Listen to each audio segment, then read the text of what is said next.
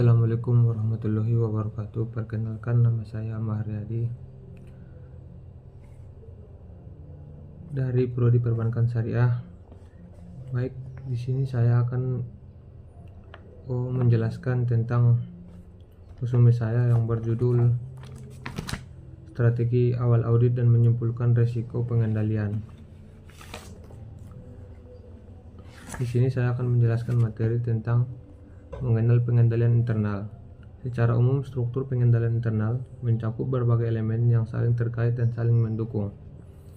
Berikut adalah gambaran umum tentang komponen-komponen utama dalam struktur pengendalian internal. Yang pertama, lingkungan pengendalian.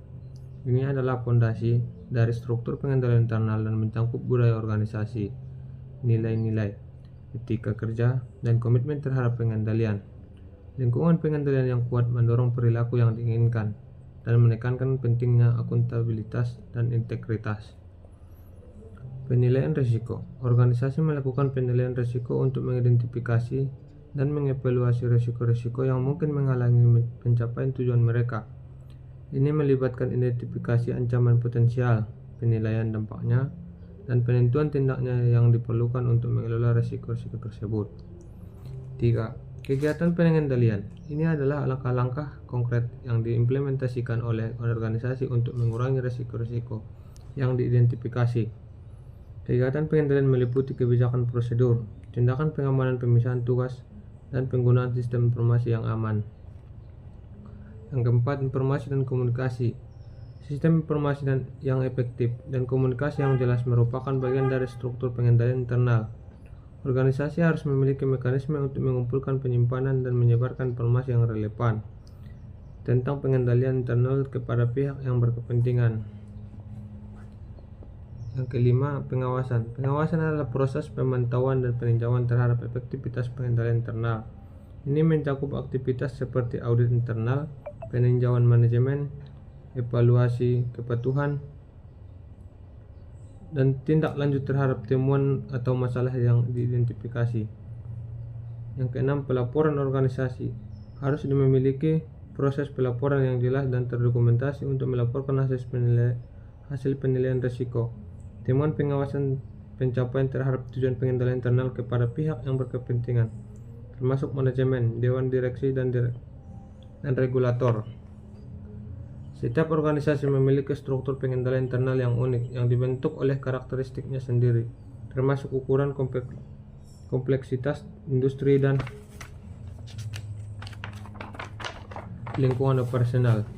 Namun prinsip dasar mendasari struktur pengendalian internal tetap sama, yaitu melindungi aset, memastikan kepatuhan, dan mendukung pencapaian tujuan organisasi. B. Pengertian. Pengendalian atau kontrol adalah suatu konsep yang relevan pada semua sistem yang melekat dalam sistem informasi akuntansi perusahaan. Proses pengendalian secara luas merupakan salah satu dasar dari fungsi manajemen. Manajemen berkewajiban untuk membangun dan melaksanakan internal control dalam seluruh rangkaian sistem organisasi dan sistem informasi untuk menjamin bahwa kegiatan organisasi berjalan sesuai dengan yang direncanakan. Struktur pengendalian internal mendapat perhatian yang sangat besar oleh para akuntan karena sebagai kunci penggunaan sistem informasi akuntansi yang berpengaruh terhadap pencapaian tujuan organisasi. Para akuntan harus berperan aktif dalam membangun dan mereview kerangka pengendalian melalui pembuatan desain sistem informasi untuk menjamin bahwa struktur pengendalian internal direncanakan dengan baik dan dapat digunakan untuk pemeriksaan akuntan. Sebagai contoh desain yang baik adalah perhitungan-perhitungan yang dilakukan dalam kegiatan klerikal dilakukan dengan tepat serta ditelusurnya kegiatan-kegiatan operasional perusahaan untuk kepentingan pemeriksaan. C. Fungsi. Fungsi dari dilaksanakannya pengendalian internal adalah sebagai berikut. Yang pertama, preventif, yaitu tindakan melakukan pengendalian internal sebelum suatu masalah muncul. Sebagai contoh dalam kerangka pengendalian preventif adalah dibuatnya peraturan yang mengatur jalannya suatu organisasi. Yang kedua, detektif, yaitu pengendalian yang dilakukan untuk mendeteksi masalah yang sudah muncul. Sebagai contoh adalah dilakukannya audit secara berkala dan berkesinambungan. Yang ketiga, pengendalian korektif, yaitu merupakan pengendalian internal yang mengidentifikasi serta melakukan perbaikan masalah dan memulihkan atas kesalahan tersebut. Sebagai contoh, pengendalian korektif adalah melakukan perbaikan sistem yang rusak. Dengan berkembangnya suatu organisasi, diperlukan suatu pengendalian internal supaya berbagai proses bisnis yang dijalankan di suatu organisasi akan berjalan sebagaimana mestinya, serta akan mencapai tujuan organisasi yang diharapkan. Oleh karena itu, sistem pengendalian internal harus secara terus-menerus dilakukan senantiasa diawasi oleh pimpinan organisasi, supaya dapat ditentukan apakah sistem organisasi tersebut sudah berfungsi dan berjalan sebagaimana yang telah dikehendaki, serta perlu dilakukan perubahan apabila terdapat suatu masalah supaya sistem organisasi tersebut semakin membaik lagi. D. Tujuan dari struktur pengendalian internal adalah untuk melindungi aset, meminimalkan risiko, memastikan kepatuhan terhadap peraturan, meningkatkan efisien operasional, dan memberikan keyakinan kepada pemangku kepentingan bahwa organisasi beroperasi dengan baik. Berdasarkan definisi dari pengendalian internal di atas, dapat dilihat bahwa sistem pengendalian internal bertujuan untuk: yang pertama, mengelola risiko, membantu organisasi untuk mengidentifikasi, mengevaluasi, dan mengelola risiko yang terkait dengan operasi mereka, sehingga mengurangi kemungkinan kerugian atau penyelewengan.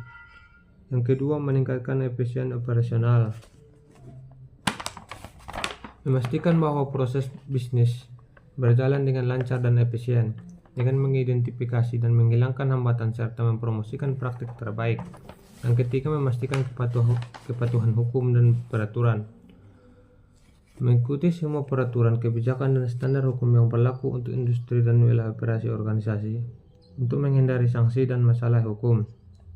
Yang keempat, melindungi aset organisasi, memastikan perlindungan terhadap aset fisik, keuangan, dan informasi organisasi dari pencurian, kerusakan, ataupun penggunaan yang tidak sah. Yang kelima, memastikan kualitas informasi keuangan, menjaga keakuratan, keandalan, dan integritas informasi keuangan organisasi sehingga memfasilitasi pengambilan keputusan yang tepat. Yang keenam, meningkatkan transparansi dan akuntabilitas, membuat proses keputusan organisasi lebih terbuka dan terukur, serta memastikan bahwa individu atau departemen bertanggung jawab atas tindakan dan keputusan mereka. Yang terakhir, mendorong budaya etika, membangun lingkungan kerja dan mempromosikan integritas, kejujuran, dan etika tinggi di antara semua anggota organisasi. Dengan mencapai tujuan-tujuan ini, struktur pengendalian internal membantu organisasi mencapai keberhasilan jangka panjang dan menjaga keberlangsungan operasional mereka. Komponen struktur. Ada beberapa komponen utama dalam struktur pengendalian internal. Yang pertama, lingkungan pengendalian terbagi jadi empat bagian. Yang pertama, budaya dan nilai-nilai organisasi yang mendukung pengendalian internal. Yang kedua, komitmen manajemen terhadap pengendalian dan etika bisnis, pengelolaan risiko yang efektif, dan yang terakhir, sistem penghargaan dan hukuman yang mendukung perilaku yang diinginkan.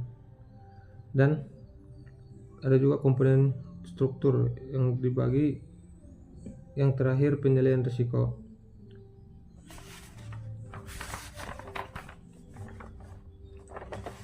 Kegiatan pengendalian, informasi dan komunikasi, dan juga pengawasan.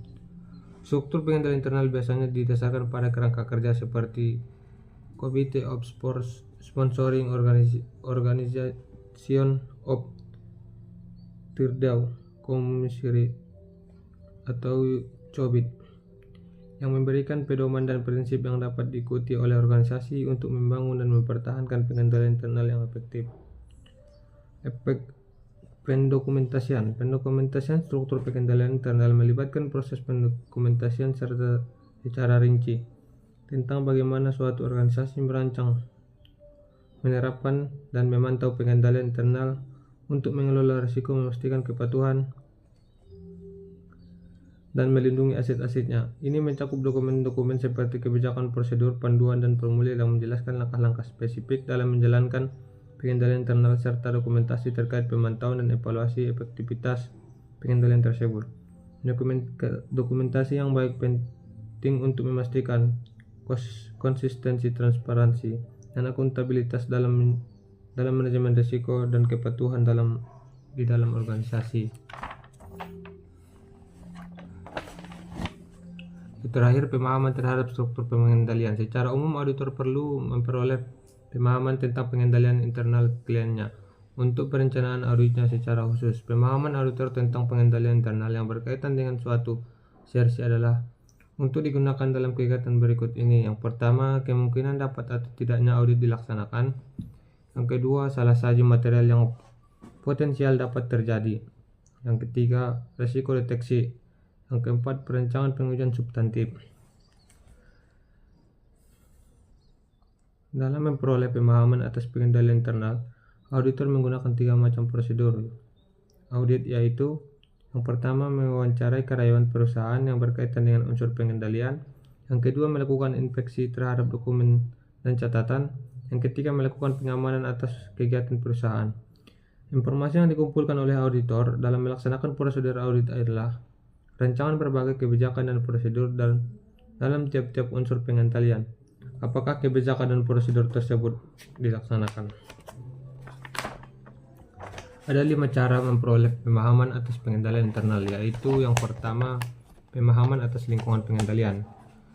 Informasi tentang lingkungan pengendalian umumnya dikumpulkan oleh auditor dengan cara permintaan keterangan dari manajer yang bertanggung jawab atas unsur pengendalian internal, inspeksi dokumen dan catatan, dan pengamatan atas ketiga perusahaan.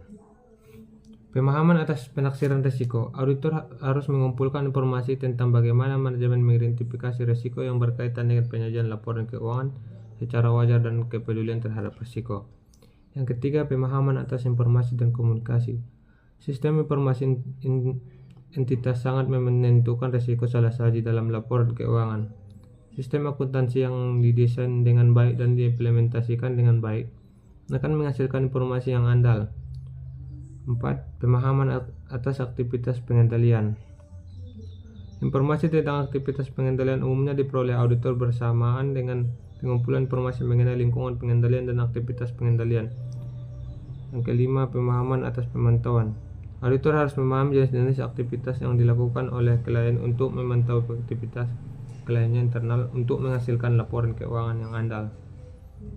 Contoh struktur pengendalian internal. Struktur pengendalian internal adalah kerangkaian kerja yang digunakan oleh organisasi untuk mengelola risiko, memastikan kepatuhan mencapai tujuan mereka. Contohnya, yang pertama, kebijakan dan prosedur. Dokumen resmi yang menetapkan aturan prosedur untuk menjalankan aktivitas bisnis seperti prosedur keuangan dan kebijakan sumber daya manusia. 2. Pengendalian fisik. Penggunaan pengamanan fisik seperti kunci, sistem alarm, dan kontrol akses untuk melindungi aset fisik organisasi. Yang ketiga, pengendalian, keamanan teknologi informasi. Langkah-langkah seperti penggunaan sandi yang kuat, firewall, dan pemantauan aktivitas jaringan untuk melindungi data dan sistem informasi organisasi.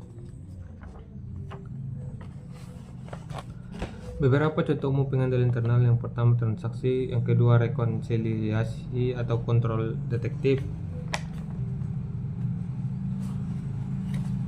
Pengendalian internal dari rekonsiliasi mungkin mengharuskan tim akuntansi untuk menerbitkan persetujuan untuk transaksi tertentu.